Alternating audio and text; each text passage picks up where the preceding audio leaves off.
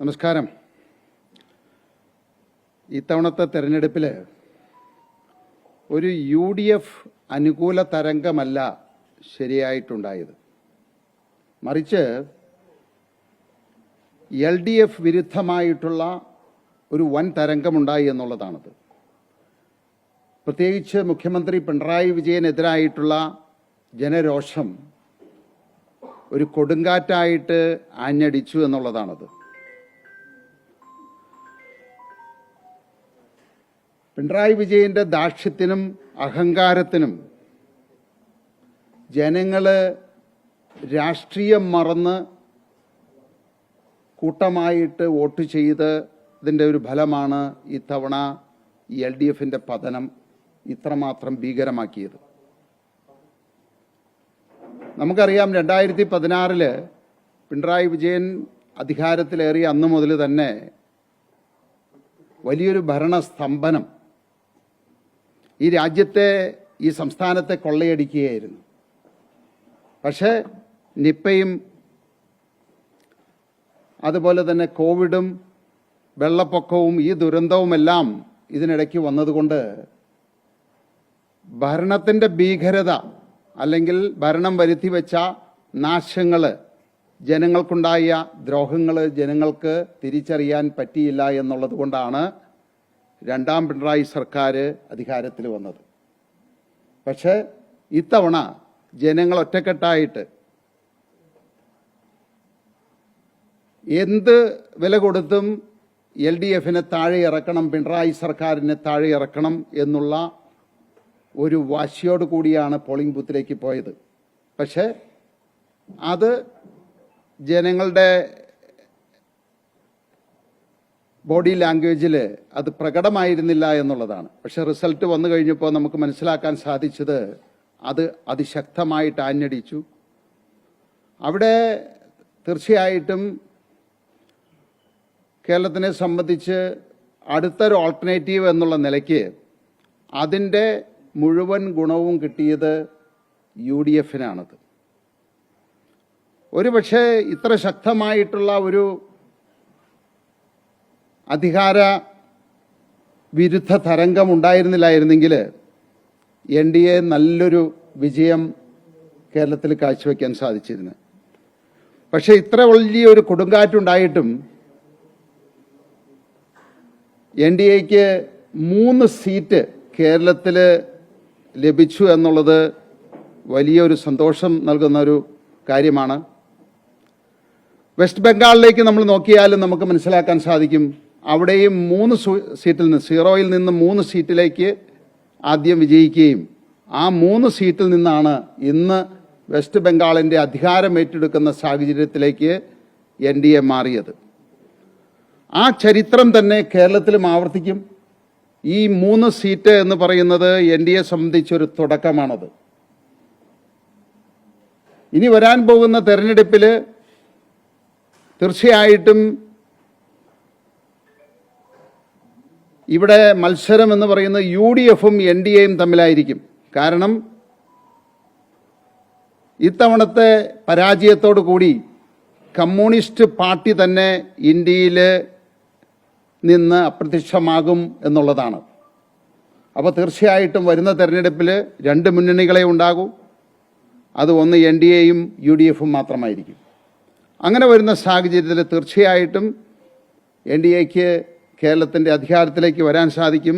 അങ്ങനെ NDAക്ക് മാത്രമേ കേരളത്തെ രക്ഷിക്കാനായിട്ട് സാധിക്കുകയുള്ളൂ.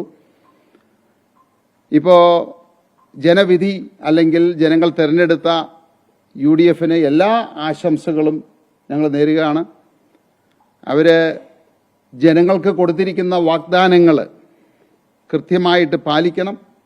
കാരണം നമുക്കറിയാം, ഇടത് സർക്കാരും ഇതുപോലെ തന്നെ ക്ഷേമ പെൻഷൻ 2000 രൂപ ആക്കുമെന്ന് പറഞ്ഞിട്ട് 5 വർഷം കാത്തിരുന്ന് അധികാരത്തിൽ നിന്ന് ഇറങ്ങുന്നതിന് 1 മാസം മുമ്പാണ് ക്ഷേമ പെൻഷൻ നൽകിയത്. ജനങ്ങളോട് ഏതെങ്കിലും രീതിയിലുള്ള വാഗ്ദാനങ്ങൾ കൊടുത്തിട്ടുണ്ടെങ്കിൽ അധികാരത്തിലേറുന്ന അതേ മാസത്തിൽ തന്നെ അതെല്ലാം നടപ്പിലാക്കിക്കൊണ്ട് ആയിരിക്കണം ഏതൊരു സർക്കാരും ഭരണത്തിലേക്ക് പോകേണ്ടത്. ആ ഒരു അഭ്യർത്ഥന മാത്രമേ ഉള്ളൂ. അപ്പോൾ 2020 അതിൻ്റെ എല്ലാ ഭാവങ്ങളും വരുന്ന സർക്കാരിന് നേരുകയാണ്.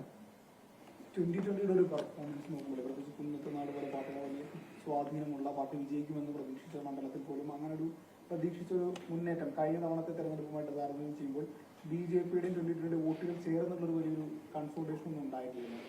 അല്ല, നമ്മളിപ്പോൾ ഒരു NDA 2020 കൂടുമ്പോൾ അല്ലെങ്കിൽ കഴിഞ്ഞ തവണ 21 NDAയും 2020യും കൂടി സമാഹരിച്ച വോട്ടുകൾ നോക്കുന്ന സാഹചര്യത്തിൽ തീർച്ചയായിട്ടും അതിൽ കുറവുകൾ വന്നിട്ടുണ്ട്. അതിപ്പോൾ നമ്മളിപ്പോൾ ഞാൻ ആദ്യമേ സൂചിപ്പിച്ച പോലെ ഒരു കൊടുങ്കാറ്റടിക്കുന്ന സമയത്ത് അത് 2020 മാത്രമല്ല, 99 സീറ്റുണ്ടായിരുന്ന LDF തകർന്ന് തരിപ്പണമായിട്ട് 35 സീറ്റിലേക്ക് വരുന്നു. മുഖ്യമന്ത്രി പിണറായി വിജയൻ്റെ തന്നെ പാർട്ടി ഗ്രാമങ്ങളിൽ നിന്ന് അവരുടെ വോട്ടുകൾ 30,000-ലധികം കുറയുന്നു. അപ്പോൾ അതിൻ്റെ ഭാഗമായിട്ട് വന്ന കുറവുകളല്ലാതെ ഓവറോൾ NDAയുടെ പെർഫോമൻസ് കേരളത്തിൽ നോക്കിക്കഴിഞ്ഞാൽ കഴിഞ്ഞ തവണത്തേനേക്കാൾ നേട്ടമുണ്ടാക്കി. അതിൻ്റെ അന്തിമമായിട്ടുള്ള കണക്കുകൾ ഞങ്ങൾ കൂട്ടി വരുന്നേ ഉള്ളൂ. അപ്പോൾ അതിൽ നിന്ന് തീർച്ചയായിട്ടും ഇത്രയും വലിയൊരു കൊടുങ്കാറ്റിൽ ഞങ്ങൾ പിടിച്ചു നിന്നു, 3 സീറ്റുകൾ കരസ്ഥമാക്കി നേട്ടമുണ്ടാക്കി എന്നതിനെയാണ് ഞങ്ങൾ വിശ്വസിക്കുന്നത്.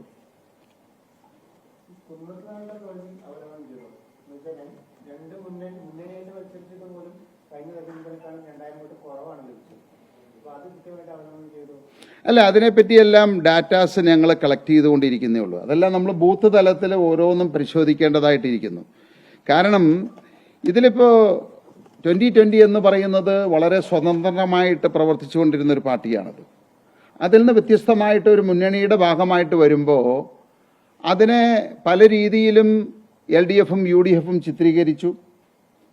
ഒരു വർഗീയ പാർട്ടിയുടെ കൂടെ കൂടി എന്നുള്ള രീതിയിൽ ചിത്രീകരിച്ചു, സംഖ്യകളാക്കി മാറ്റി. അപ്പോൾ അത് പ്രത്യേകിച്ച് കുന്നത്തുനാട് പോലെയുള്ള ക്രിസ്ത്യൻ മേഖലകളിൽ ഇതിൻ്റെ വോട്ടേഴ്സായിട്ടുണ്ടായിരുന്ന ആളുകളിൽ ആശയക്കുഴപ്പങ്ങൾ ഉണ്ടാക്കിയിട്ടുണ്ടത്. അപ്പോൾ ആ ഒരു ആശയക്കുഴപ്പം മാറ്റിയെടുക്കാനായിട്ടുള്ള സമയം ഈ തെരഞ്ഞെടുപ്പിൽ ഉണ്ടായില്ല എന്നുള്ളതാണ്. ഈ സഖ്യം ഉണ്ടായി ഏതാനും ആഴ്ചകൾക്കുള്ളിൽ തന്നെ മത്സരരംഗത്തേക്ക് പോയി. അപ്പോൾ അത് ഈ പറയുന്ന പ്രതിപക്ഷത്തെ കോൺഗ്രസും അതുപോലെ തന്നെ LDFും നല്ല രീതിയിൽ ജനങ്ങൾ അത് ഉപയോഗിച്ചു. അതിൻ്റെ ഒരു ചെറിയ ഒരു ഡാമേജ് തീർച്ചയായിട്ടും ഞങ്ങളുടെ തെരഞ്ഞെടുപ്പിൽ ഞങ്ങൾക്കുണ്ടായിട്ടുണ്ട്. അതിൽ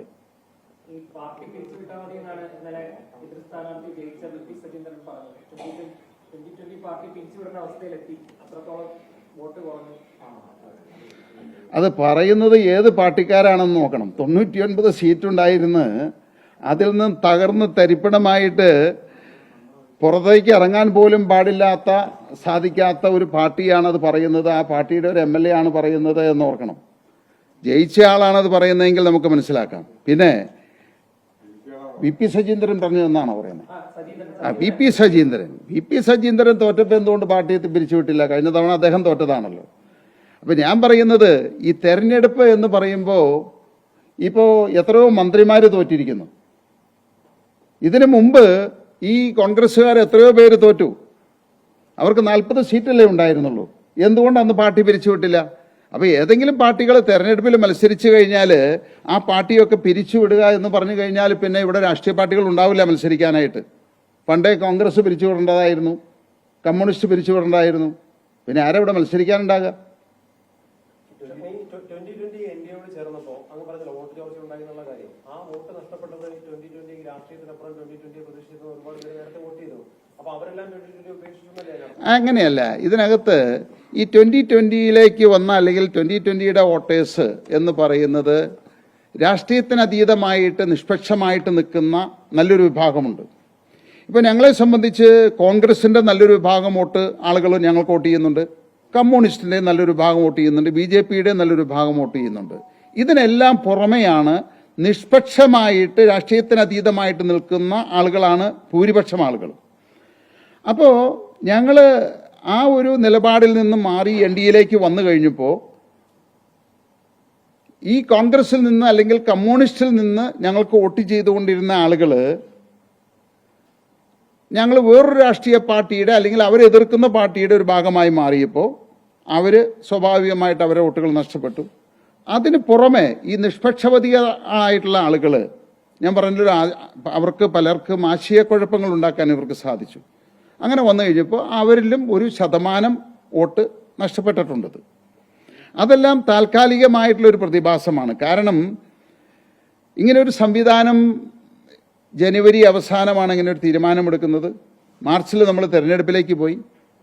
അത് പറഞ്ഞ് മനസ്സിലാക്കാനോ ആശയക്കുഴപ്പം പരിഹരിക്കാനോ സാധിക്കുന്നതിന് മുമ്പ് തിരഞ്ഞെടുപ്പിലേക്ക് പോയത് കൊണ്ട് മാത്രം ഉണ്ടായതാണത്. അപ്പം അതൊരു വലിയൊരു ലോങ് ടൈമിൽ അതൊരു വലിയൊരു പ്രശ്നമായിട്ട് ഞങ്ങൾ കാണുന്നില്ല. ഈ പോയവരെല്ലാം തിരിച്ചു വരും. അതിനേക്കാൾ ശക്തിയാർജിച്ച് തന്നെ 2020 വിജയിക്കുകയും ചെയ്യും. നമുക്ക് ഈ സ്ഥാനാർത്ഥികളെ കോൺഗ്രസിൻ്റെ 140, UDFിൻ്റെ 140 സ്ഥാനാർത്ഥികളെ എടുക്കട്ടെ, അവരുടെ കഴിവുകളും അവരുടെ ക്വാളിഫിക്കേഷനും അവരുടെ എക്സ്പീരിയൻസും എടുക്കട്ടെ, അതുപോലെ തന്നെ LDFിൻ്റെ എടുക്കട്ടെ.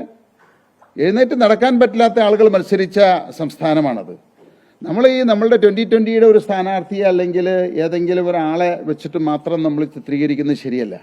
അങ്ങനെ എടുത്തിട്ട് ആ 140 പേരെയും വിലയിരുത്തി കഴിഞ്ഞാൽ ഞങ്ങളുടെ സ്ഥാനാർത്ഥികൾ അവരിലെ ഭൂരിഭാഗം ആളുകളെക്കാൾ മെച്ചപ്പെട്ട സ്ഥാനാർത്ഥികളാണ്.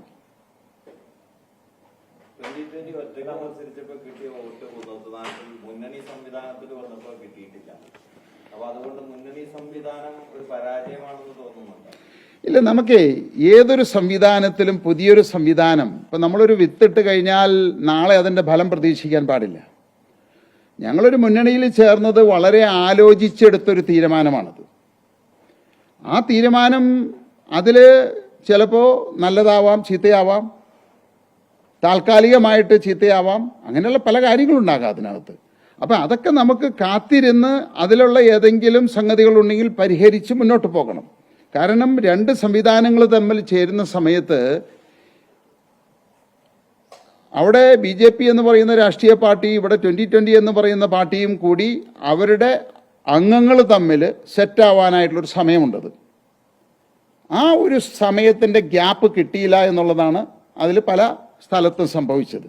അപ്പോൾ അവിടെ ഒരു കോർഡിനേഷന്, രണ്ട് പാർട്ടികളും തമ്മിലുള്ള കോർഡിനേഷനിൽ പരസ്പരം ആ മത്സരരംഗത്ത് വന്നപ്പോൾ അതിൽ ചില അപാകതകൾ ഉണ്ടായിട്ടുണ്ട്. അത് പരിഹരിച്ചു വന്നപ്പോഴേക്കും ഇലക്ഷൻ കഴിഞ്ഞിരിക്കുന്നു.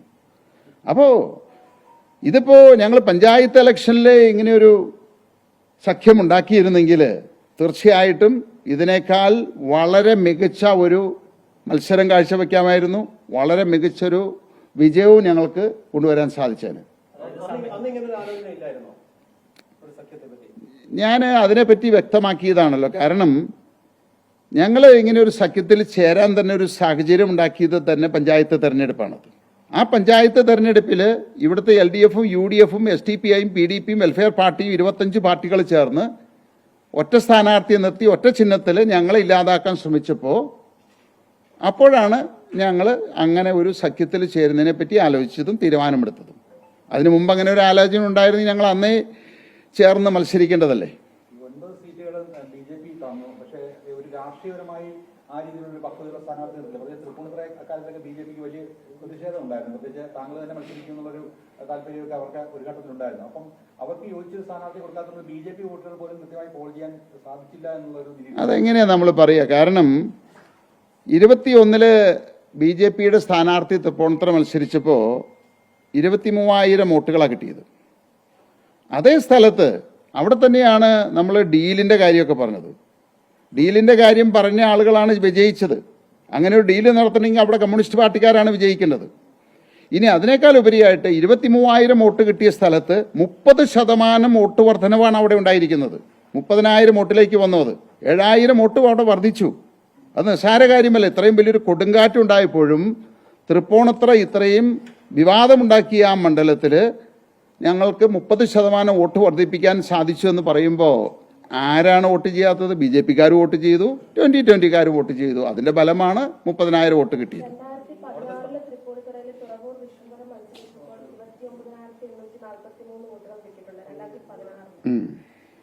അല്ല, അതൊക്കെ നമുക്കിപ്പോൾ ഓരോ വർഷങ്ങളിലെ എടുത്തിട്ട് ഞാൻ ഇതിന് മുന്നിൽ BJP ഉണ്ടായിരുന്ന സമയത്ത് ഉള്ള ഇതാണത്. നമുക്കിപ്പോൾ ഓരോ മണ്ഡലത്തിൽ ഇന്നവർ മത്സരിക്കുന്നു. ഇപ്പോൾ ഒരു പാർട്ടിയുടെ സമുന്നതനായിട്ടുള്ള ഒരു നേതാവ് മത്സരിക്കുമ്പോൾ അവിടെ വ്യത്യാസങ്ങൾ വരാം, സ്ഥാനാർത്ഥി അനുസരിച്ച് വ്യത്യാസങ്ങൾ വരാം. അപ്പോൾ ഈ പറയുന്ന രീതിയിൽ ഒരു സീനിയർ ലീഡറാണ് ഏതെങ്കിലും മണ്ഡലത്തിൽ മത്സരിക്കുന്നതെങ്കിൽ തീർച്ചയായിട്ടും കേരളത്തിലെ ഏത് മണ്ഡലത്തിലും ഇപ്പോൾ VD സതീശൻ പോയിട്ട് ഇപ്പോൾ ഏതെങ്കിലും കോൺഗ്രസ് തോറ്റ മണ്ഡലത്തിൽ മത്സരിച്ചിരുന്നെങ്കിൽ ചിലപ്പോൾ വിജയിക്കാം. അപ്പോൾ അതുമായിട്ട് നമ്മൾ കമ്പയർ ചെയ്യാൻ പറ്റില്ല. 2016 29,000 വോട്ട് അന്നത്തെ BJP സ്ഥാനാർത്ഥി നേടിയിട്ടുണ്ട്. 2021 24,000 പോയത്. അപ്പോൾ ആ വോട്ട് തന്നെ ഇത്തവണയും കിട്ടിയിട്ടുള്ളൂ. അല്ല, നമുക്ക് ഈ കേരളമുണ്ടായ അന്ന് മുതലുള്ള ചരിത്രമല്ല എടുക്കണ്ടേ. നമ്മൾ ഇതിന് മുന്നിലുള്ള ഇലക്ഷനിലാണ് BJP സ്ഥാനാർത്ഥി അവിടെ മത്സരിച്ചത്. അത് അവസാനമായിട്ട് മത്സരിച്ച് 21-ലാണത്. 21-ൽ മത്സരിച്ച BJP സ്ഥാനാർത്ഥിയേക്കാൾ 30% വോട്ടുകൾ കൂടുതൽ പിടിച്ചു എന്ന് പറയുമ്പോൾ BJPയും 2020കാരും ഒറ്റക്കെട്ടായിട്ട് ഒരു അഭിപ്രായ വ്യത്യാസവും ഇല്ലാതെ അവിടെ ആ മത്സരങ്ങൾക്ക് ഒന്നിച്ചു നിന്നു. അതുകൊണ്ടാണ് അത്രയും വോട്ട് ഞങ്ങൾക്ക് നേടാൻ സാധിച്ചത്. അങ്ങനെയാണെങ്കിൽ കുന്നത്തുനാട്ടിൽ കഴിഞ്ഞ തവണ 42,000 വോട്ട് 2020 കിട്ടിയിരുന്നു. പക്ഷേ ഇത്തവണ അത് 39,000 വോട്ടാണ്. കഴിഞ്ഞ തവണ BJPക്ക് 7,000 വോട്ട് കിട്ടിയിരുന്നു. ഒരു സഖ്യമാകുമ്പോൾ അങ്ങനെയാണെങ്കിൽ 50,000 വോട്ടിലേക്ക് എത്തേണ്ടത്. അല്ല, നമ്മൾ എല്ലാ സ്ഥലത്തും അതേ ഫോർമുല വർക്ക് ചെയ്യണമെന്നില്ല. കാരണം കുന്നത്തുനാട് എന്ന് പറയുമ്പോൾ ഒരു ക്രിസ്ത്യൻ മെജോറിറ്റി മണ്ഡലമാണത്. ആ ഒരു ക്രിസ്ത്യൻ മെജോറിറ്റി മണ്ഡലത്തിൽ ഞാൻ പറഞ്ഞു 2 ഘടകങ്ങൾ. ഒന്ന്, ഞങ്ങൾ NDA ചേർന്ന് കഴിഞ്ഞപ്പോൾ സംഖ്യയാക്കി ഒരു വർഗീയ പാർട്ടിയാക്കി മാറ്റി ഒരാശയക്കുഴപ്പം ജനങ്ങളുടെ മനസ്സിലുണ്ടാക്കി. അതുകൂടാതെ FCRI അതിലും ഈ ചില ആശയക്കുഴപ്പങ്ങൾ അവസാന നിമിഷത്തിൽ ജനങ്ങളിൽ കുന്നത്തുനാട്ടിലുണ്ടാക്കി. അതുകൊണ്ടാണ് കുന്നത്തുനാടിൽ പ്രത്യേകിച്ച് നമ്മൾ വോട്ടുകൾ ഇവാലുവേറ്റ് ചെയ്യുമ്പോൾ ക്രിസ്ത്യൻ വോട്ടുകൾ കിട്ടിയിട്ടില്ല എന്നുള്ളതല്ല, ക്രിസ്ത്യൻ വോട്ടുകളിൽ ഗണ്യമായിട്ടുള്ള കുറവ് അതിൽ സംഭവിച്ചിട്ടുണ്ട്. അപ്പം നമ്മൾ കുന്നത്തുനാടിലെ ഒരു രീതിയും തൃപ്പൂണിത്തുറ ഒരു രീതിയും തമ്മിൽ കമ്പയർ ചെയ്യാൻ പറ്റില്ല. ഓരോ മണ്ഡലങ്ങളിലും അതിൻ്റെ സാഹചര്യങ്ങൾ അനുസരിച്ച് നമ്മൾ വിലയിരുത്തേണ്ടതായിട്ടുണ്ട്. 2020 പ്രധാന മുഖം അങ്ങാണല്ലോ, ജനങ്ങൾ അറിയുന്ന ആൾ, നേതാവ് അങ്ങാണ്. അപ്പൊ അങ്ങ് എന്തുകൊണ്ട് മത്സരിച്ചില്ല? ഏതെങ്കിലും ഒരു സീറ്റിൽ മത്സരിച്ചിരുന്നെങ്കിൽ നേട്ടം പറ്റുമായിരുന്നില്ലേ? ഇതിൽ ഞാൻ പലതവണ വ്യക്തമാക്കിയിട്ടുണ്ട്. ഞാൻ രാഷ്ട്രീയത്തിലേക്ക് വന്നത് അധികാരത്തിന് വേണ്ടിയിട്ടോ സ്ഥാനമാനങ്ങൾക്ക് വേണ്ടിയിട്ടോ പണമുണ്ടാക്കാനോ ഒരു MLA ആകാനോ MP ആകാനോ മന്ത്രിയാകാനോ ആയിരുന്നില്ല, ഇന്നുമല്ല. എന്നെ സംബന്ധിച്ച് ഈ കേരളത്തെ രക്ഷപ്പെടുത്തിയെടുക്കണം എന്നുള്ള ഒറ്റ ലക്ഷ്യം മാത്രമേ ഉള്ളൂ. അതിനുവേണ്ടി ഞാൻ ശ്രമിക്കുന്നത്. അപ്പോൾ എനിക്ക് മത്സരിക്കാൻ ആഗ്രഹം ഇല്ല, MLA ആവാൻ ആഗ്രഹമില്ല, മന്ത്രിയാവാൻ ആഗ്രഹമില്ല. ഇനി അതിനേക്കാൾ കൂടുതൽ ഇപ്പോൾ ഞങ്ങൾ NDAയുടെ കൂടെ ഭാഗമായിരിക്കുന്നത് തന്നെ ആ ലക്ഷ്യത്തിൽ മുൻനിർത്തിയാണത്. ഈ കേരളത്തെ രക്ഷപ്പെടുത്താൻ 2020 ഒറ്റയ്ക്ക് നിന്നാൽ ഒരുപക്ഷെ സാധിക്കില്ല. കേന്ദ്രം ഭരിക്കുന്ന പാർട്ടിയോടൊപ്പം നിന്ന് ഈ കേരളത്തെ കൈപിടിച്ചുയർത്തുക, രക്ഷപ്പെടുത്തുക, ആ ഒരു ദൗത്യമാണ് ഞാനും BJPയുടെ സംസ്ഥാന പ്രസിഡന്റ് ശ്രീ രാജീവ് ചന്ദ്രശേഖർജിയും എല്ലാം കൂടി എടുത്തിരിക്കുന്നത്. അപ്പോൾ അത് ഞങ്ങൾ പൂർത്തിയാക്കും, ആ ദൗത്യം ഞങ്ങൾ പൂർത്തിയാക്കും. അതിന് മത്സരിക്കണമെന്നില്ല എന്നാണ് പറയുന്നത്. ഇപ്പോൾ ഞങ്ങളെ സംബന്ധിച്ച് മത്സരിക്കാനായിട്ട് അല്ലെങ്കിൽ ഉയർത്തി കാണിക്കാൻ അവിടെ പലരും ചോദിക്കും മുഖ്യമന്ത്രി ആവണം. ഞാൻ എന്നോട് ചോദിച്ചപ്പോൾ ഇതിനു മുമ്പ് പറഞ്ഞതാണ്, അതിനാണ് രാജീവ് ചന്ദ്രശേഖർജി മത്സരിക്കുന്നത്. അപ്പോൾ അവിടെ 2 നേതാക്കളുടെ ആവശ്യമില്ല, അല്ലെങ്കിൽ 3 നേതാക്കളുടെ ആവശ്യമില്ല. ഇപ്പോൾ കോൺഗ്രസ്സിൽ എത്രയോ ആളുകളാണ് മുഖ്യമന്ത്രി സ്ഥാനാർത്ഥിയായിട്ട് മത്സരിക്കുന്നത്. ഞങ്ങളിൽ അങ്ങനെ ഒരു തർക്കമില്ല എന്നാണ് പറയുന്നത്. ഈ കൊച്ചി 2020 വലിയ സ്വാധീനമുള്ള സ്ഥലമായിരുന്നു കൊച്ചി. പക്ഷേ കൊച്ചിയിൽ ഇത്തവണ 3-1 വോട്ട് പോലും പിടിക്കാനായി സാധിച്ചിട്ടില്ല. എന്താണ് അവിടെ സംഭവിച്ചത്? അല്ല, അതെല്ലാം ഒരുപാട് കാര്യങ്ങൾ. കാരണം അവിടെ 2020 ചെല്ലാനം എന്ന് പറയുന്ന ഒരു സംഘടന ഉണ്ടായിരുന്നു. പല ആളുകളും അവിടെ വിചാരിച്ചിരിക്കുന്നത് അത് 2020യുടെ ഭാഗമാണ് എന്നുള്ളതാണ്. അത് 2020 ആയിട്ട് യാതൊരു ബന്ധവുമില്ല. അവർക്ക് ജനങ്ങൾ ഭരണം കൊടുത്തു. അവരത് വളരെ ഒരു രീതിയിലും അവർക്ക് നന്നായിട്ട് ഭരിക്കാൻ സാധിച്ചില്ല. അത് നാടിന് ഒരുപാട് ദൂഷ്യമുണ്ടാക്കി, ചീത്തപ്പേരുണ്ടാക്കി. ജനങ്ങൾ ഇന്ന് ചെല്ലാനത്തെ ആളുകൾ അല്ലെങ്കിൽ ആ പ്രദേശത്തെ ആളുകൾ വിചാരിച്ചിരിക്കുന്നത് അത് 2020 ആണ് എന്ന് വിചാരിച്ച് അവിടെ ഒരു നെഗറ്റീവ് ഇത് 2020യോടൊപ്പം ഉണ്ട്. പിന്നെ 2 ഞങ്ങളുടെ സ്ഥാനാർത്ഥിയെ തീരുമാനിക്കുന്ന സമയത്ത് ഒരുപാട് വൈകിയിരുന്നു. അപ്പോൾ ഏറ്റവും അവസാനം പ്രഖ്യാപിച്ച ഒരു സ്ഥാനാർത്ഥിയാണ്. അപ്പോൾ വേണ്ട രീതിയിൽ അതിൻ്റെ പ്രചരണം നടത്താനോ ഞങ്ങൾക്ക് എല്ലായിടത്തും എത്തിച്ചേരാനോ സാധിച്ചില്ല. അതുകൊണ്ട് സംഭവിച്ചതാണ്. ഈ തെരഞ്ഞെടുപ്പിൽ ഞങ്ങളെ സംബന്ധിച്ച് തെരഞ്ഞെടുപ്പ് പ്രഖ്യാപിച്ചതിന് ശേഷമാണ് ഞങ്ങൾ ഏതെല്ലാം സീറ്റുകളിൽ മത്സരിക്കണമെന്ന് ഉള്ളൊരു തീരുമാനമുണ്ടായത്. അപ്പം ഞങ്ങൾക്ക് ശരിക്ക് പറഞ്ഞു കഴിഞ്ഞാൽ നോമിനേഷൻ കൊടുക്കാനും പ്രവർത്തിക്കാനും എല്ലാം കൂടി കൂടിയിട്ട് 2 ആഴ്ച കഷ്ടി കിട്ടിയുള്ളൂ എന്നുള്ളതാണത്. അപ്പോൾ അങ്ങനെയുള്ള ചില അപാകതകൾ കൊണ്ടൊക്കെയാണ് ഈ വോട്ട് കുറഞ്ഞതും വ്യത്യാസങ്ങൾ വന്നതൊക്കെ. തീർച്ചയായിട്ടും ഇനിയിപ്പോൾ അടുത്തൊരു തെരഞ്ഞെടുപ്പ് ഒരു മുന്നണി രാഷ്ട്രീയത്തിയിട്ട് വരുന്നു, ഒരു മത്സരരംഗത്ത് വരുന്നു, വ്യക്തമായിട്ട് ഏതെല്ലാം സീറ്റുകൾ മത്സരിക്കണമെന്ന് മുൻകൂട്ടി മനസ്സിലാക്കുന്നു. അപ്പോൾ ഇപ്പോൾ പറ്റിയ അപാകതകളെല്ലാം ഞങ്ങൾ വിലയിരുത്തി മനസ്സിലാക്കി വേറെ ഏതൊരു പാർട്ടിയേക്കാൾ കൂടുതൽ മുൻകൂട്ടി കണ്ടുകൊണ്ട് അടുത്ത തെരഞ്ഞെടുപ്പിനെ ഞങ്ങൾ നേരിടും. വലിയൊരു മാറ്റം ഞങ്ങൾ കൊണ്ടുവരും ഇവിടെ. പക്ഷേ കുന്നത്തുനാട് മണ്ഡലത്തിൽ പോലും നേരത്തെ ഒരു സ്ഥാനാർത്ഥിയെ കണ്ടെത്താൻ തീരുമാനിക്കാൻ കഴിഞ്ഞില്ല. കാരണം മറ്റൊരു പാർട്ടി വിട്ടു വന്നയാളെ ഇവിടെ കൊണ്ടുവന്ന് സ്ഥാനാർത്ഥിയാക്കേണ്ടി വരികയാണ്. അല്ല, അതിപ്പോൾ നമ്മളിപ്പോൾ മറ്റൊരു പാർട്ടി എന്ന് പറയുന്നത് എല്ലായിടത്തും ഇപ്പോൾ ഇവിടുത്തെ ശ്രീനിജൻ കോൺഗ്രസ്സുകാരനല്ലായിരുന്നു. മറ്റൊരു ജില്ലയിൽ നിന്നുള്ള ഒരാൾ അത് എത്രയോ ആളുകൾ അങ്ങനെ മത്സരിക്കുന്നു. ഇപ്പോൾ തിരുവനന്തപുരത്ത് മത്സരിക്കുന്ന ആളുകൾ എല്ലാവരും തന്നെ ഏത് രാജ്യക്കാരാ, ഏത് സംസ്ഥാന അല്ല ആയിക്കോട്ടെ. അപ്പോൾ ഇവിടെ ഒരു പ്രശ്നം എന്താണെന്ന് വെച്ച് കഴിഞ്ഞാൽ നമ്മളിത് റിസർവേഷൻ മണ്ഡലമാണത്. റിസർവേഷൻ മണ്ഡലത്തിൽ കേരളത്തിൽ കുന്നത്തുനാടെന്ന് മാത്രമല്ല എല്ലാ മണ്ഡലങ്ങളിലും നമ്മൾ വിചാരിക്കുന്ന രീതിയിൽ ഉള്ള ആളുകളെ കിട്ടാനായിട്ടുള്ള ബുദ്ധിമുട്ടുകളുണ്ട്. ഇവിടെയും ഞങ്ങൾ ഒരാളെ കണ്ടുവച്ചുകൊണ്ടിരിക്കുമ്പോഴാണ് ഈ ബാബു ദിവാകരനെ കണ്ടെത്തിയതും ഒരു പ്രത്യേക സാഹചര്യത്തിൽ പുള്ളിയെ സ്ഥാനാർത്ഥിയാക്കി മാറ്റാൻ തീരുമാനിച്ചത്. ഇവിടെ ആളില്ലാത്തത് കൊണ്ടല്ല ഞങ്ങളത് തീരുമാനിച്ചത്. അദ്ദേഹത്തിൻ്റെ അവസ്ഥ കണ്ടുകൊണ്ട് അതിൽ ഒരു പ്രത്യേക ഞങ്ങൾ കണ്ടു, അതുകൊണ്ട് സ്ഥാനാർത്ഥിയാക്കി എന്നുള്ളത്. അതിപ്പോൾ ഒരു ജനറൽ കാറ്റഗറി ആണെന്നുണ്ടെങ്കിൽ ഇപ്പം ഞങ്ങളുടെ സ്ഥാനാർത്ഥികൾ നോക്കിക്കഴിഞ്ഞാൽ എല്ലാ ആളുകളും തന്നെ അതാത് പ്രദേശങ്ങളിൽ ജനിച്ച് വളർന്ന് അവിടെ തന്നെയുള്ള ആളുകളെ തന്നെയാണ് ഞങ്ങൾ കണ്ടെത്തിയിരിക്കുന്നത്. അപ്പോൾ ഇത് റിസർവേഷൻ കാറ്റഗറി ആയതുകൊണ്ട് മാത്രമാണ്. അതിപ്പോൾ എല്ലായിടത്തും അതൊക്കെ തന്നെയാണത്. PC ജോർജും ഷോൺ ജോർജും അടക്കമുള്ളവർ നേരത്തെ സഭയുടെ ഉൾപ്പെടെ പിന്തുണ വേണ്ടത്ര കിട്ടിയില്ല എന്ന് പറഞ്ഞു. പ്രത്യേകിച്ച് ക്രൈസ്തവ വിഭാഗത്തിന് രീതി വേണ്ടത്ര പിന്തുണ കിട്ടുമെന്ന് BJPയുടെ പല നേതാക്കളും അനുഭാവികളും ഒക്കെ പരാതികൾ പറയുന്നുണ്ട്. ഈ ഘട്ടത്തിൽ ഇനി താങ്കൾ ഈ മേഖലയിൽ ഇപ്പോൾ ഒരു ആശയക്കുഴപ്പം പറയുകയുണ്ട്. ഇനി എന്ത് പ്രവർത്തനമാണ് NDU ആയി ചേർന്ന് നടത്തുന്നത്? ഇപ്പോൾ ആശയക്കുഴപ്പം നിലനിൽക്കുന്നുണ്ടെന്ന് എനിക്ക് തോന്നിയിട്ടുണ്ട്. അല്ല, നമുക്കിപ്പോൾ ഒരു നമ്മുടെ രാഷ്ട്രീയത്തിലായിക്കോട്ടെ വ്യക്തിപരമായ ജീവിതത്തിലായിക്കോട്ടെ ഒരുപാട് ആശയക്കുഴപ്പങ്ങളുണ്ടാവും. അതിനെ പരിഹരിച്ച് അതിജീവിച്ച് മുന്നേറുക എന്നുള്ളതാണല്ലോ നമ്മുടെ ജീവിതത്തിൻ്റെ വിജയം. ഇവിടെയും തീർച്ചയായിട്ടും ഞങ്ങൾക്ക് അതിനെപ്പറ്റിയൊന്നും ഞാൻ പറഞ്ഞില്ലേ, ഈ സമയക്കുറവ് കൊണ്ടും ആ പെട്ടെന്നുണ്ടായ ചില സാഹചര്യങ്ങൾ കൊണ്ടുമാണ് ഇതൊക്കെ പരിഹരിക്കാൻ പറ്റാതിരുന്നത്. ഇപ്പോൾ ഈ FCRIയുടെ കാര്യത്തിലായാലും ശരി, അതുപോലെ തന്നെ സഭാ തർക്കത്തിലായിക്കോട്ടെ, മൈക്രോ മൈനോറിറ്റിയിലായിക്കോട്ടെ, ഞങ്ങളിപ്പോൾ 3 സീറ്റുകളിൽ വിജയിച്ചിട്ടുണ്ട്. ഇനിയിപ്പോൾ കേരളത്തിൻ്റെ ഭരണമില്ലെങ്കിൽ തന്നെയും ഒരു പക്ഷേ കേരളത്തിൻ്റെ വികസനം ഇവിടെ ഭരിക്കുന്ന സർക്കാരിനേക്കാൾ കൂടുതലായിട്ടുള്ള ഒരു വികസനം ഞങ്ങൾക്ക് കൊണ്ടുവരാൻ സാധിക്കും. അതിനുള്ള ചില മാർഗനിർദ്ദേശങ്ങളാണ് ഞങ്ങൾ പ്ലാൻ ചെയ്തുകൊണ്ടിരിക്കുന്നത്. അപ്പോൾ തീർച്ചയായിട്ടും അതിൽ ഒന്നാണ് ഈ പറയുന്ന FCRI ഇഷ്യൂ, സഭാതർക്കം, മൈക്രോ മൈനോറിറ്റി ഇഷ്യൂ, അതുപോലെ ഈ പറയുന്ന മുല്ലപ്പെരിയാർ ഡാം, അങ്ങനെ ഒട്ടനവധി പ്രശ്നങ്ങളുണ്ട്. ഇപ്പോൾ അങ്കമാലി കുണ്ടന്നൂർ ഹൈവേ, പുതിയ നാഷണൽ ഹൈവേകൾ, ബൈപ്പാസുകൾ, ഫ്ലൈ ഓവറുകൾ, മെട്രോ, അങ്ങനെ ഒട്ടനവധി പദ്ധതികളുണ്ട്. ഞങ്ങൾ 1, 2, 3, 4 എന്ന് വ്യക്തമായിട്ട് നമ്പറിട്ട് വികസന രേഖ തയ്യാറാക്കി കേരളത്തിന് സമർപ്പിക്കും. അത് നടപ്പിലാക്കും. അത് ജനങ്ങളെ ബോധ്യപ്പെടുത്തിയിട്ടായിരിക്കും അടുത്ത തെരഞ്ഞെടുപ്പിൽ ഞങ്ങൾ തെരഞ്ഞെടുപ്പിനെ നേരിടാൻ പോകുന്നത്. ഒന്നുമല്ല,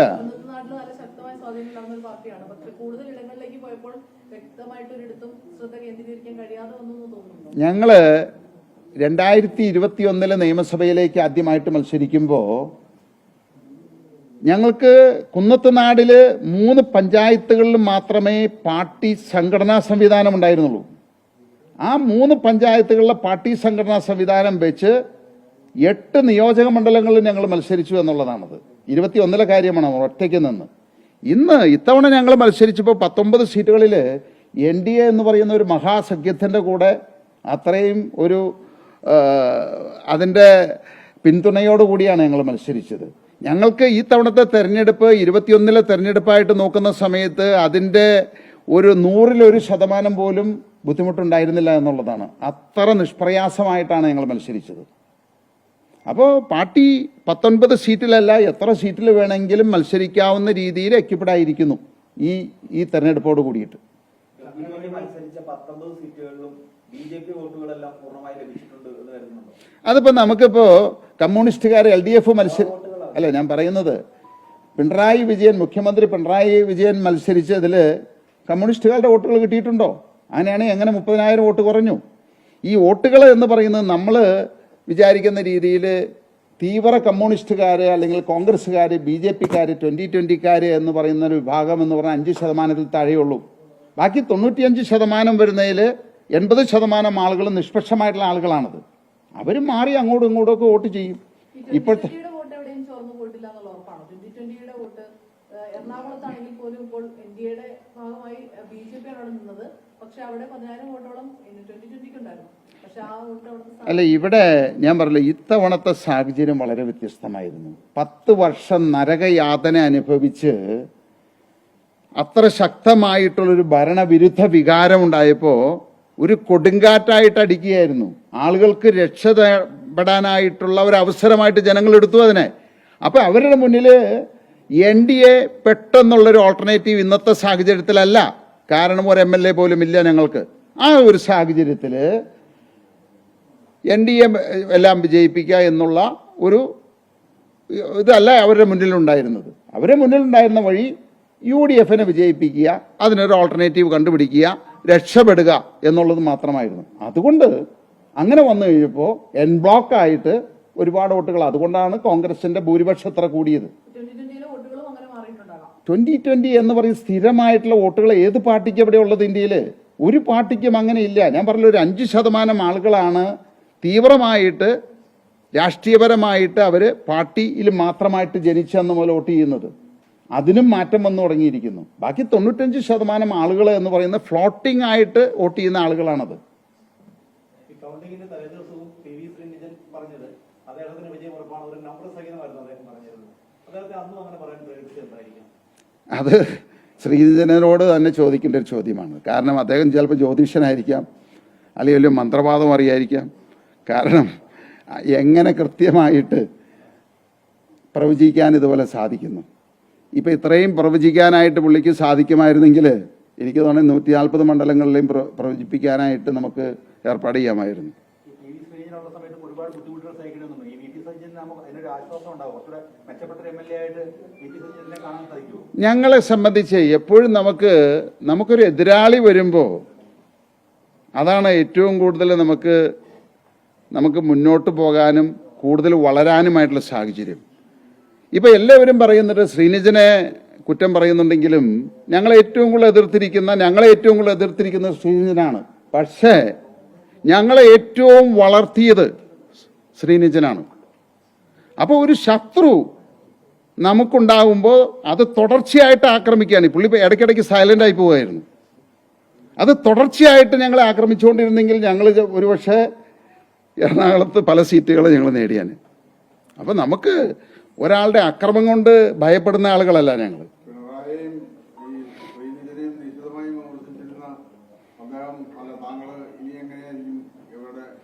അല്ല, ഇതിൽ ഞാൻ ഇപ്പോഴേ പറഞ്ഞു കഴിഞ്ഞല്ലോ, ഈ UDF മുന്നോട്ട് വച്ചിരിക്കുന്ന പ്രകടന പത്രിക 3000 രൂപ പെൻഷൻ, അത് അധികാരത്തിലേറിയാൽ ഈ മാസം തന്നെ നടപ്പിലാക്കണം. ജനങ്ങളെ വഞ്ചിക്കാൻ പാടില്ല.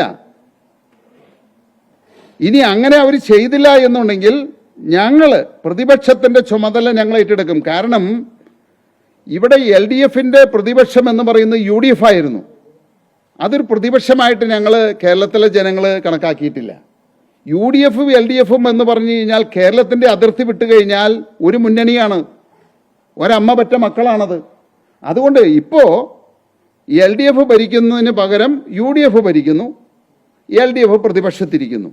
അവർ പ്രതിപക്ഷത്തിൻ്റെ പേരുണ്ട് എന്നല്ലാതെ ഒരിക്കലും UDFന്റെ കൊള്ളരുതായ്മകൾ ചൂണ്ടിക്കാണിക്കില്ല. യഥാർത്ഥ പ്രതിപക്ഷമാകാൻ പോകുന്നത് NDAയുടെ 3 MLAമാരായിരിക്കും. അപ്പം അതുകൊണ്ട് LDF കാണിച്ച മാതിരി പ്രകടന പത്രിക ഉണ്ടാക്കി ജനങ്ങളെ വഞ്ചിച്ചുകൊണ്ട് മുന്നോട്ട് പോകാൻ ശ്രമിച്ചു കഴിഞ്ഞാൽ അതിനെ ശക്തിയുക്തം ഞങ്ങൾ എതിർക്കും. അത് ജനങ്ങളുടെ മുന്നിൽ തുറന്നു കാട്ടും. അതുകൊണ്ട് ഈ 3000 രൂപ പെൻഷൻ അടുത്ത മാസം അധികാരമേറ്റ് കഴിഞ്ഞാൽ ആ മാസം മുതൽ തന്നെ നടപ്പിലാക്കണം. അതുപോലെ തന്നെ ബസ്സിൽ സൗജന്യ യാത്ര നടപ്പിലാക്കണം അതേ മാസം തന്നെ. അല്ലാതെ ഭരണം അവസാനിക്കുന്ന 5 വർഷം കാത്തിരുന്നിട്ടല്ല നടപ്പിലാക്കേണ്ടത്. അത് ജനങ്ങളെ വഞ്ചിക്കുകയാണ് ചെയ്യുന്നത്. 25 ലക്ഷം രൂപയുടെ ഇൻഷുറൻസ് നടപ്പിലാക്കണം, നടപ്പിലാക്കി കാണിക്കണം. അത് കാണിച്ചില്ല. അവരുടെ പ്രകടന പത്രികയിൽ പറഞ്ഞിരിക്കുന്ന വാഗ്ദാനങ്ങൾ അവർ നടപ്പിലാക്കാതെ ജനങ്ങളെ വഞ്ചിക്കാൻ ശ്രമിച്ചാൽ അതിനെതിരെ ശക്തമായിട്ട് ഞങ്ങൾ പ്രതികരിക്കും. ഞങ്ങൾ അതിൻ്റെ നടപടികളിലേക്ക് പോകും. ഈ ലോക്സഭാ ഇലക്ഷൻ നേരിട്ടപ്പോൾ സുരേഷ് ഗോപി പറഞ്ഞത് എയിംസ് കേരളത്തിന് കൊണ്ടുവരുന്ന. അപ്പം ഇപ്പോൾ ലോക്സഭാ ഇലക്ഷൻ കഴിഞ്ഞിട്ട് കുറച്ച് നാളായി. അപ്പോൾ സുരേഷ് ഗോപിക്കെതിരെ പ്രതിഷേധം ഉണ്ടാവും. നമുക്ക് ഈ എയിംസ് കൊണ്ടുവരിക എന്ന് പറയുമ്പോൾ ഇപ്പൊ ഇവിടെ ഞാൻ പറഞ്ഞോട്ടെ, ചോദ്യം ചോദിച്ചല്ലോ. ഏത് പ്രവർത്തികളായാലും ഇപ്പോൾ ഞങ്ങളിപ്പോൾ ഇവിടെ അധികാരമില്ലാതെ പറയുന്നുണ്ട് പുതിയ പുതിയ നാഷണൽ ഹൈവേകൾ കൊണ്ടുവരാം. ഇത് കേരള സർക്കാർ കൂടി സഹകരിക്കണം. അപ്പോൾ എയിംസ് ഇപ്പോഴും കൊണ്ടുവരാനായിട്ട് പറഞ്ഞിട്ടുണ്ടെങ്കിൽ തീർച്ചയായിട്ടും അത് കൊണ്ടുവരാൻ സാധിക്കും. അതിന് ഇവിടുത്തെ സർക്കാരാണ് അതിന് സഹകരിക്കേണ്ടത്. അല്ലാതെ കേന്ദ്ര സർക്കാർ അവിടെ നിന്ന് എയിംസ് ഉണ്ടാക്കി ഇവിടെ കൊണ്ടുവന്ന് പ്രതീക്ഷിക്കാൻ പറ്റില്ല. അതിൻ്റെ സ്ഥലം കണ്ടെത്തൽ മുതൽ അതെവിടെ വേണമെന്നുള്ളത് മുതൽ അങ്ങനെയുള്ള പല കാര്യങ്ങൾ തീരുമാനമെടുത്ത് അതിനുള്ള നിയമനിർമ്മാണങ്ങൾ നടത്തുന്നതൊക്കെ സംസ്ഥാന സർക്കാരാണത്. അതുകൊണ്ട് തന്നെയാണ് ഞാൻ പറയുന്നത് ഒട്ടനവധി വികസനങ്ങൾ ഞങ്ങൾ ഭരണത്തിലില്ലെങ്കിലും കേന്ദ്ര ഗവൺമെൻറ്റിൽ നിന്ന് ലക്ഷക്കണക്കിന് കോടി രൂപയുടെ വികസന പ്രവർത്തനങ്ങൾ കേരളത്തിൽ നടപ്പിലാക്കാൻ ഞങ്ങൾക്ക് സാധിക്കും. പക്ഷേ അതിന് തടസ്സം നിന്നാൽ അല്ലെങ്കിൽ അത് വേണ്ട എന്ന് പറഞ്ഞാൽ ഒന്നും ചെയ്യാൻ സാധിക്കില്ല. 13 മന്ത്രിമാരെ തോറ്റതുകൊണ്ട് പ്രതിപക്ഷ നേതാവാണെന്നുള്ള കാര്യത്തിൽ ചില ആശയക്കുഴപ്പങ്ങൾ നിലനിൽക്കുന്നുണ്ട്. എൻ.ഡി.എ സംബന്ധിച്ചിടത്തോളം തലയെടുപ്പുള്ള നേതാക്കൾ ഉൾപ്പെടെ ഇപ്പോൾ വിജയിച്ച സ്ഥിതിക്ക് ഒരു സാധ്യതയായി മാറും. അല്ല, അതൊക്കെ നിയമസഭയിലുള്ള കാര്യങ്ങൾ ജയിച്ച 140 പേരും കൂടി തീരുമാനിക്കേണ്ടതാണത്. അത് എന്നെപ്പോലെയുള്ള ഒരാൾ തീരുമാനിക്കേണ്ടതല്ല. അവർ 140 പേരും കൂടിയിട്ട് ആ സമയമാകുമ്പോൾ അതിനുള്ള തീരുമാനങ്ങൾ എടുക്കട്ടെ.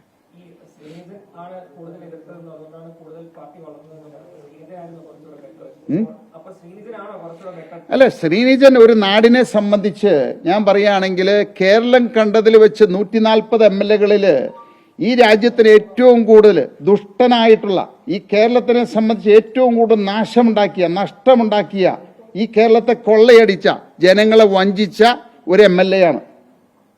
പക്ഷേ എന്നെ സംബന്ധിച്ച് വ്യക്തിപരമായിട്ട് നോക്കിക്കഴിഞ്ഞാൽ അദ്ദേഹം എന്നെ ആക്രമിച്ചതുകൊണ്ട് എനിക്ക് 100 ഇരട്ടിയായിട്ട് വളരാൻ സാധിച്ചു എന്നുള്ളതാണ്. പക്ഷെ അദ്ദേഹം MLA എന്നുള്ള രീതിയിൽ 140 MLA-കളിൽ ഏറ്റവും വലിയ പരാജയമായിരുന്നു. ഏറ്റവും കൂടുതൽ കേരളത്തെ ദ്രോഹിച്ചൊരു മനുഷ്യനായിരുന്നു. ഏറ്റവും കൂടുതൽ ജനങ്ങളെ പറഞ്ഞ് വഞ്ചിച്ചൊരു മനുഷ്യനായിരുന്നു. വികസന പ്രവർത്തനങ്ങൾ മുഴുവൻ തടഞ്ഞൊരു മനുഷ്യനായിരുന്നു. അപ്പോൾ 140 MLA-കളിൽ ഏറ്റവും മോശമായിട്ടുള്ള ഒരു പ്രവർത്തനം കാഴ്ചവെച്ച ഏറ്റവും ദുഷ്ടനായിട്ടുള്ള ഒരു MLA ആരാണ് ചോദിച്ചു കഴിഞ്ഞാൽ ഞാൻ പറയും ശ്രീനിധൻ MLA ആണെന്ന് പറയും. ഈ മുൻപത്തെ സർക്കാരുമായിട്ടുള്ള ഏറ്റുമുട്ടലിന്റെ ഭാഗമായിട്ടാണ് താങ്കളുടെ വ്യവസായ സംരംഭങ്ങൾ കേരളത്തിൽ നിന്ന് കൊണ്ടുപോകുന്നതിനൊക്കെ ആലോചിച്ചത്. അപ്പോൾ സർക്കാർ മാറി, രാഷ്ട്രീയം മാറി. അപ്പോൾ ഇനി തിരിച്ച് കുറെ കൂടി കേരളത്തിൽ വിപുലമാക്കാനുള്ള ആലോചനയുണ്ടോ? അങ്ങനെ എടുത്തുകൊണ്ടുവരാവുന്ന ഒരു ഫാക്ടറി അല്ലല്ലോ. അങ്ങനെ എടുത്തുകൊണ്ടുവരാമെങ്കിലല്ലേ നമുക്ക് പറ്റുള്ളൂ. നമ്മൾ അവിടെ കൊണ്ടുപോയത് ഇപ്പോൾ അതേ അടുത്ത 10-ാം തീയതി പ്രധാനമന്ത്രി ഉദ്ഘാടനം ചെയ്യുകയാണ് ആ പാർക്കടക്കം. അപ്പോൾ അത് രാജ്യത്തിന് സമർപ്പിക്കുകയാണ് ആ പാർക്ക്. അല്ല, അതൊക്കെ നമുക്ക് ഇവരിപ്പോൾ ഞാൻ പറഞ്ഞല്ലോ ഒരമ്മ പെറ്റ മക്കളാണ്. ഞങ്ങൾ വലിയ വ്യത്യസ്തമായിട്ടൊന്നും ഞങ്ങൾ പ്രതീക്ഷിക്കുന്നില്ല. ഭരിക്കട്ടെ, തുടങ്ങട്ടെ, അവർ തെളിയിക്കട്ടെ.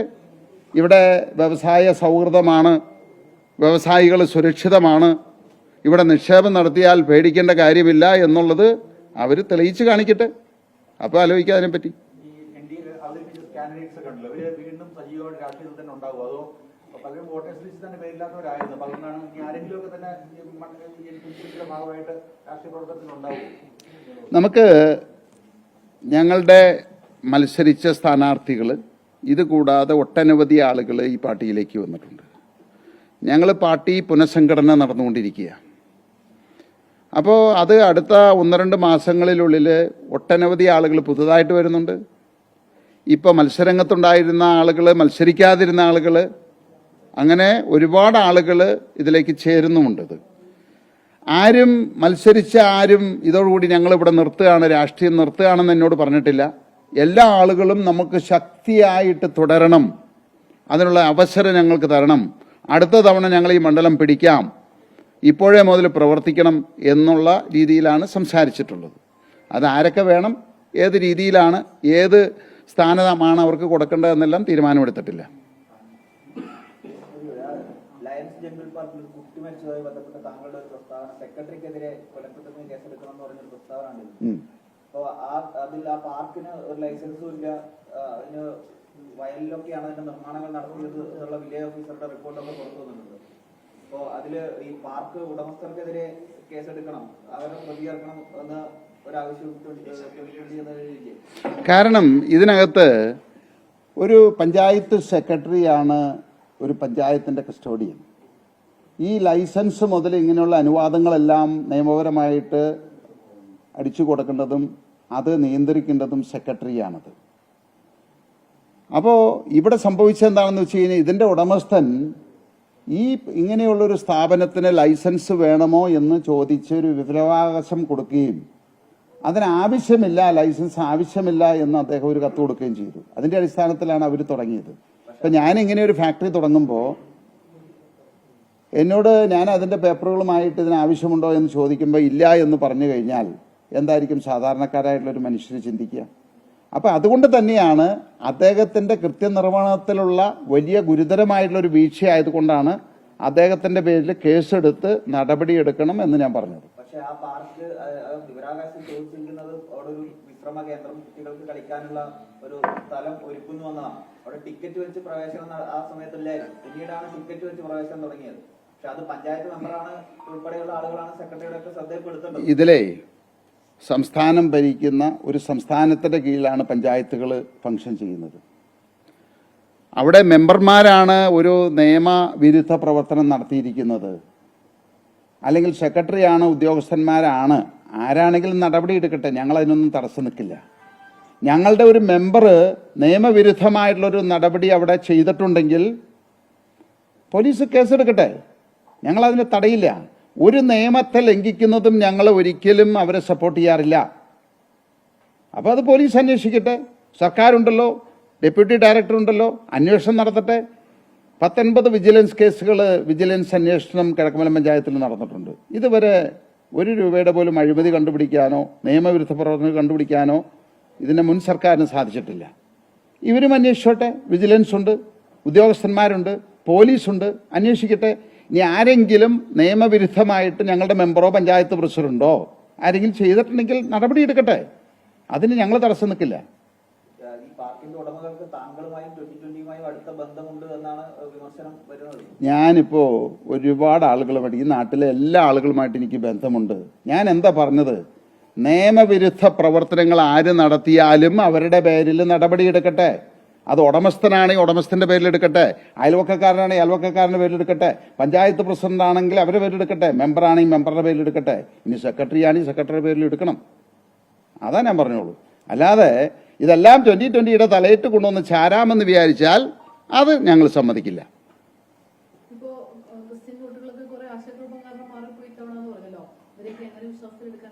അതൊക്കെ വരുന്നേ, അടുത്ത ഇലക്ഷൻ വരട്ടെ. ഞാൻ പറഞ്ഞല്ലോ, ഞങ്ങൾ പ്രവർത്തനത്തിൽ കൂടി. ഇപ്പോൾ എനിക്ക് ഇന്ന് നിങ്ങൾ കണ്ടോ എന്നറിയില്ല, രാജീവ് ചന്ദ്രശേഖർജിയുടെ ഒരു ഏഷ്യാനെറ്റിലെ ഒരു ഇൻ്റർവ്യൂ ഉണ്ടായിരുന്നു. അദ്ദേഹം വളരെ വ്യക്തമായിട്ട് പറഞ്ഞിട്ടുണ്ട്, ഞങ്ങൾ ഇവിടെ വിവാദങ്ങൾ ഉണ്ടാക്കാനായിട്ടല്ല, ഞങ്ങൾ നോക്കുന്ന കേരളത്തിൻ്റെ വികസനമാണ്, ഇവിടുത്തെ ജനങ്ങളെ സുരക്ഷിതമാക്കുക. ആ ഒരു ലക്ഷ്യത്തിലാണ് ഞങ്ങൾ മുന്നോട്ട് പോകുന്നത്. ഭരണമുണ്ടെങ്കിലും വിജയിച്ചാലും വിജയിച്ചില്ലെങ്കിലും ഞങ്ങൾ ഈ നാട്ടിലുണ്ടാവും, ജനങ്ങളോടൊപ്പം ഉണ്ടാവും. ലക്ഷക്കണക്കിന് കോടികളുടെ വികസനം കേരളത്തിലേക്ക് കൊണ്ടുവരും. ഈ ആളുകളെ പ്രവർത്തനത്തിൽ കൂടി അവരെ വിശ്വാസത്തിലെടുത്ത് അടുത്ത തെരഞ്ഞെടുപ്പിനെ നേരിടുക എന്നുള്ളതാണ് ഞങ്ങളുടെ ലക്ഷ്യം. അതിലേക്കാണ് ഞങ്ങൾ പോകുന്നത്.